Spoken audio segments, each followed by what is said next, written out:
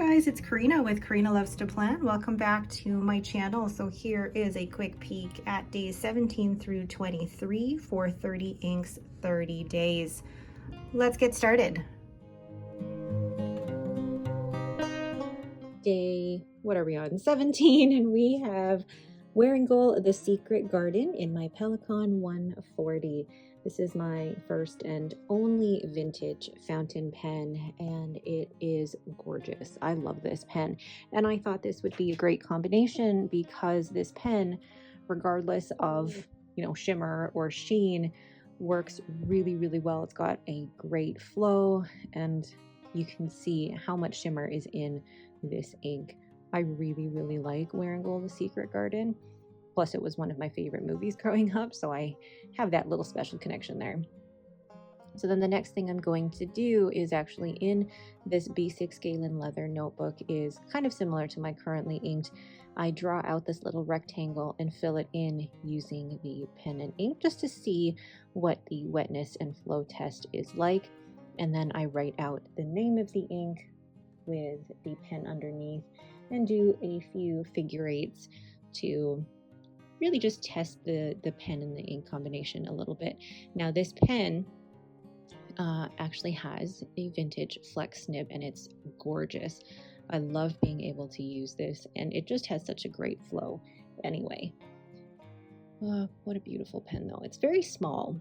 Then the next thing I'm going to do is actually put a few drops onto my Herbin cousin for my daily journal, and then I swirl it around using a sandwich bag. Now, the key to this method is to make sure that the sandwich bag is actually, I say weathered, but wrinkled. It's those wrinkles that will get you all of the different veins and variations in your ink swatch. And what I also do is I do wipe and wash the sandwich bag in between inks. The next thing I'm going to do now is actually do some painting with the fountain pen ink. And I'm following a few tutorials on YouTube, but I like testing out the different inks this way because when I paint with them, I'm also testing out the different saturation of the ink because I'm adding water. And for me, this isn't just about, using the ink in a specific way, but for me, it's actually practicing the painting. But for me, this is actually the part that kind of takes a little bit more effort to do regularly, is that I really do have to save the time and be in the right mindset to be able to paint. And then I'll go ahead and write down what day it is, as well as the name of the ink, and then the pen. So this is me prepping the page for transcribing, and this is another way that I'm using the pen and ink combination. So I keep track of it in my B6 Galen leather notebook. I journal with it in my Herbin cousin, and then I transcribe Anne of Green Gables. And this really allows me, in the short time that I have, to be able to test the pen and ink combination. And this one, I'm having trouble turning the page here. This ink is stunning. I highly recommend it, and it flowed so well in this pen. Wearingeul Secret Garden. And day 18, we have my new pen.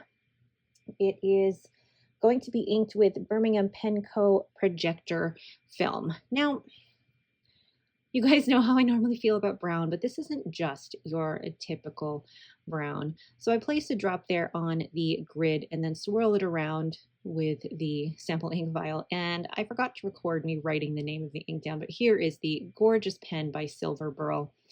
And I can't get over this beautiful custom pen from Esterbrook Pens, and this is with the Strata quartz. So with projector film, Birmingham Penco projector film, this pen has an extra fine nib, and this ink flowed really well in this pen. Even in this kind of rectangle flow test, it flowed quite well. There weren't any hard starts or skipping, and it really was such a joy to write with this pen and ink combination. I think this ink matched this pen really, really well because when this ink dries, it has a little bit of a, what do I call it? There's a pink undertone to it, so it almost looks like it's a chromo shading ink. So it's brown, but then dries to a little bit of this dusty pink. I love it. Absolutely love it. And then painting with it was so fun as well because when you add a little water or dilute this ink just a little bit, it actually brings out a lot of those chromo shading properties.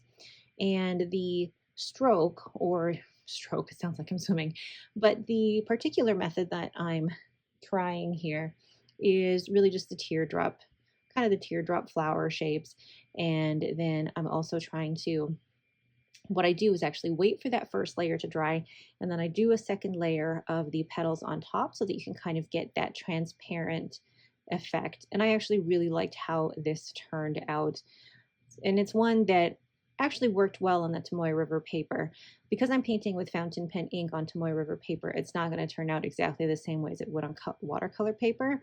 But this effect actually worked out quite well, and I'm really glad that I did test it out with projector film because it looks really, really nice, and I'm glad with how it turned out.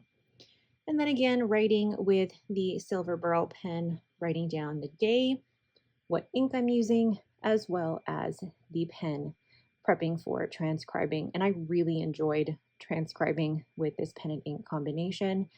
I could have written with it for maybe another, 3 or 4 pages. I really enjoyed the combination. The flow and the extra fine nib was fantastic. No hard starts, no skipping, and the shading is phenomenal. So this is Birmingham Pen Co.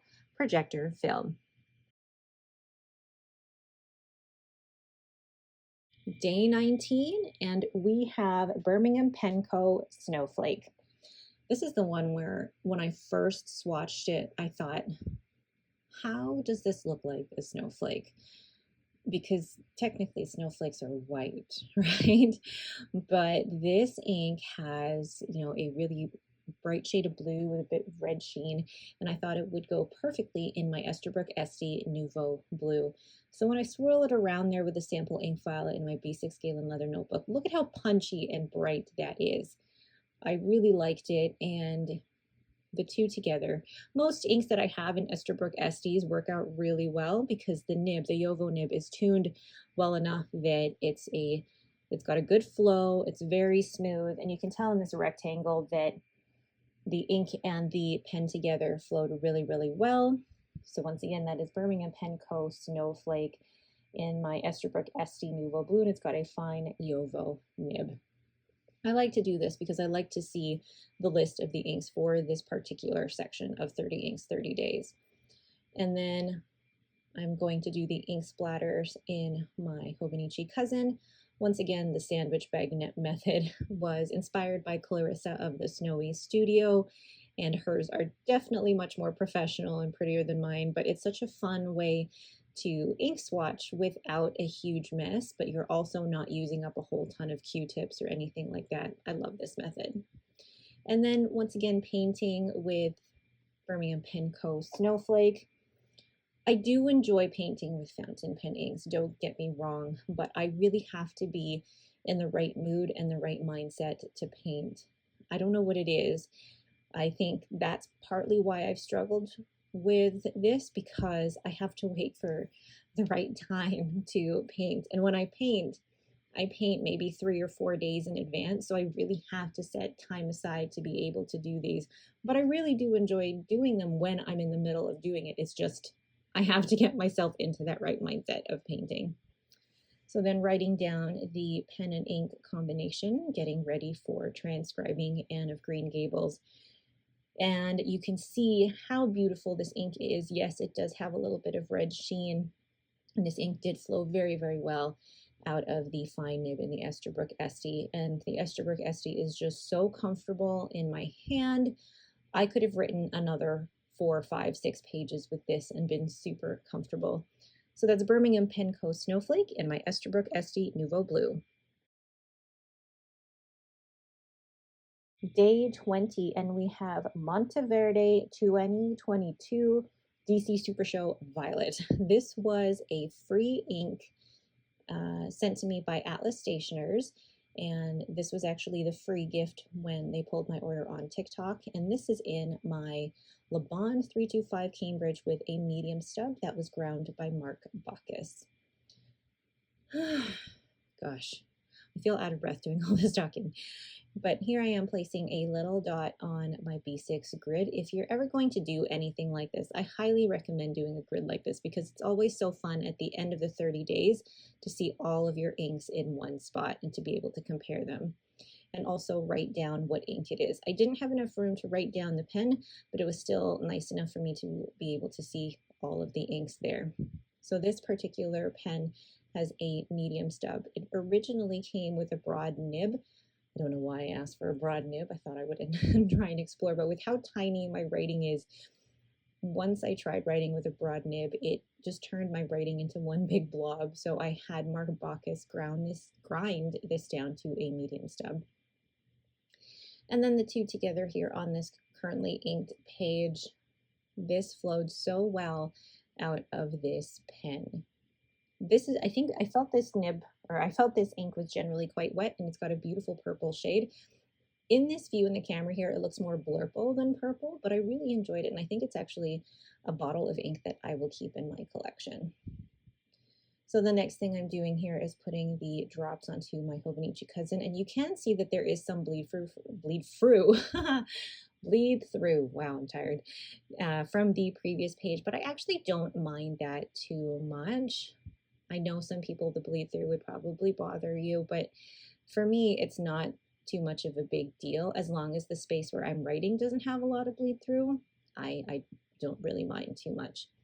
And then here I am painting little flowers, and I actually really enjoyed this way of creating because you're really working on just the tiny strokes, and then I add a little bit of water to dilute the ink on my brush a little bit to create different saturations of the ink, and then you get different depths of the petals on the flower.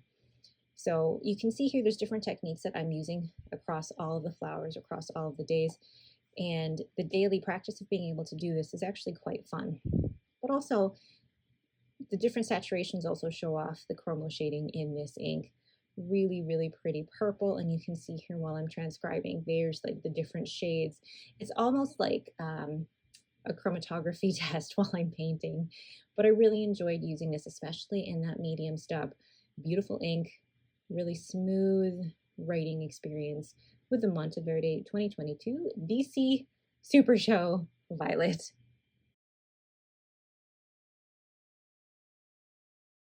Day 21, and we have Colorverse Golden Gate Bridge. This was the San Francisco Pen Show special edition ink, and I didn't actually get it. This sample was sent to me by @From Corolla on Instagram. She and I met up at the San Francisco Pen Show. She was my pen show buddy, and I was so happy that she sent me a sample of this. And I'm putting it in my Zodiac Penco Water Lily Koi in the Virgo model. Now I'm placing that's Lucy. I'm placing a drop onto my B6 Galen leather notebook and swirling it around with the sample ink vial. I love being able to swirl smaller circles like this with the sample ink vial because it's not very messy. All I have to do is actually rinse off the sample ink vial in that jar of water and then wipe it down. Really easy, not a lot of mess. And most of us have sample ink vials lying around if we've purchased samples. So this ink actually has a really great flow, especially in this fine nib, the two together, smooth writing experience. I think it's a little bit wetter, so wetter than your average flow. So I really enjoyed the combination, and the ink color is leaning more towards red than it is pink. It reminds me a little bit of Pilot Iroshizuku Sutsuji, or is it Momiji? One of the two, I can't remember. You let me know down in the comments below what you think this reminds you of. But here it definitely looks more red, and then it does dry with a little bit of like a brown goldish sheen. Really interesting ink that I'm hoping maybe to explore a little bit further in December. So then painting once again in my Hobonichi notebook, I tried something a little bit different. I don't know if I was the biggest fan of how these turned out. I was trying something new, and I don't think I really liked how saturated the ink was on my brush. I wanted to play around with adding more water, diluting the ink a little bit more on my brush to get the different shades or lighter shades of this really strong, punchy pink red. And I tried that here at the bottom to add a little bit more water to the brush, and I think the bottom turned out good. I think I'm just a little harsher with my paintings because I feel like they need to turn out just a little bit better than what they are. But, progress is not a what is the term? Not perfection, but practice for, whatever. I'm just making progress is the point of this, but also being able to use the ink in different ways as well. So then transcribing Anne of Green Gables, and I actually really liked writing with this. I enjoy the Virgo model from Zodiac Pen Co. It fits in my hand really, really well. And this ink with this nib, very smooth, very good flow. And I finished Anne of Green Gables with this pen and ink combination. I was so happy. I finished it a month earlier than I thought I would. And then I already started the second book, Anne of Avonlea. Day 22, and we have Jinhao Apple Green. And this was not an ink that was was not on my radar, but it was sent to me by a pen friend, and I was happy to put it into my Sailor Pro Gear Slim Christmas pudding. I am having a hard time speaking. And I'm not sure if you guys saw this, but I just uploaded a years later pen review of the Sailor Pro Gear and the Sailor Pro Gear Slim models. So go ahead and watch that and let me know what you think. So the Jinhao Apple Green is a really bright, punchy, I use punchy a lot, but a bright, punchy green, and is a very wet ink. Now, the nib on this Sailor Pro Gear Christmas Pudding is a medium nib, so this one is actually it's broader, but it's also a wetter and smoother nib than the regular medium fine, and the two together were really, really great combination, actually. Very smooth, better than average flow coming out of the nib, but also I think out of all of the nib sizes for the Sailor Pro Gear and the Pro Gear Slim models, I think I prefer the medium. It's smoother, it's wetter for me. I just enjoy that. But maybe it was the Jinhao Apple Green with how wet it is. So here I am doing the sandwich bag ink swatch on my Hobonichi cousin. It's such a simple way of decorating your journal, and it doesn't take a lot of mess. All you need is a sandwich bag. Super easy. And then for this, I just tried to paint different leaves. This did not really turn out the way that I wanted it to, but it was practicing different leaves and different strokes, and it just looks like a whole bunch of curvy lines on the page. It did not turn out the way that I wanted it to. So definitely this type of leaf will require more practice on my part. But that's all, this is not a professional painting. It's a little bit of painting every day to practice different techniques, different pressures of the brush, but also just to explore what the fountain pen ink can do. And, if you're not into journaling, or if you don't like the particular ink for journaling, then trying it out with fountain pen ink painting or different types of art with fountain pens is fun too.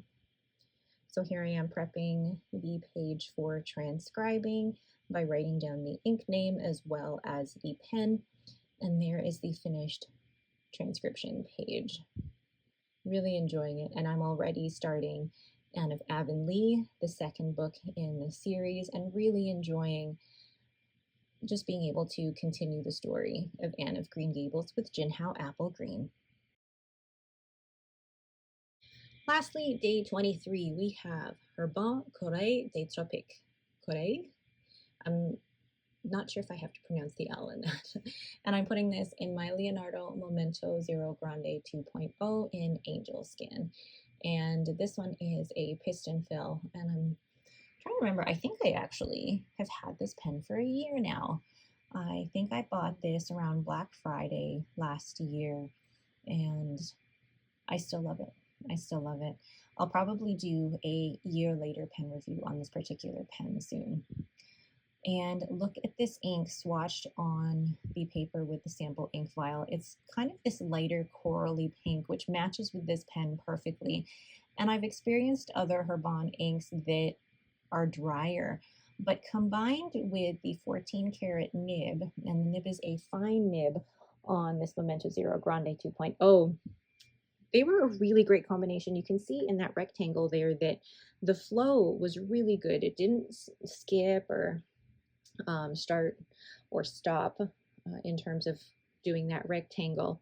And it was very smooth. So the two together, I really enjoyed writing with it.